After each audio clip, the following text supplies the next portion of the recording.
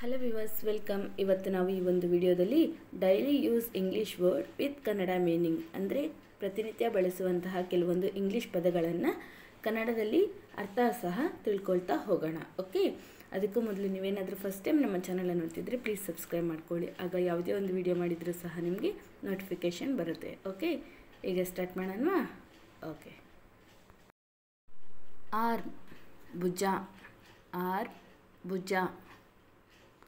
Back ಬೆನ್ನು, back ಬೆನ್ನು.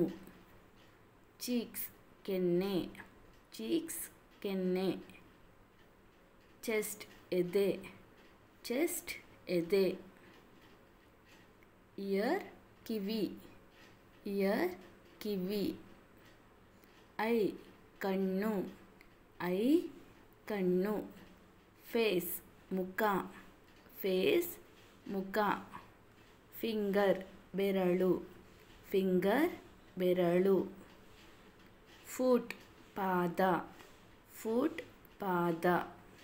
Hair ಕೂದಲು, ಹೇರ್ ಕೂದಲು. ಹ್ಯಾಂಡ್ ಕೈ, ಹ್ಯಾಂಡ್ ಕೈ. ಹೆಡ್ ತಲೆ, ಹೆಡ್ ತಲೆ. ಹಾರ್ಟ್ ಹೃದಯ, ಹಾರ್ಟ್ ಹೃದಯ.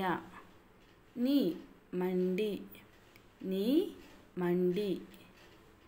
ಲೆಗ್ ಕಾಲು, ಲೆಗ್ ಕಾಲು.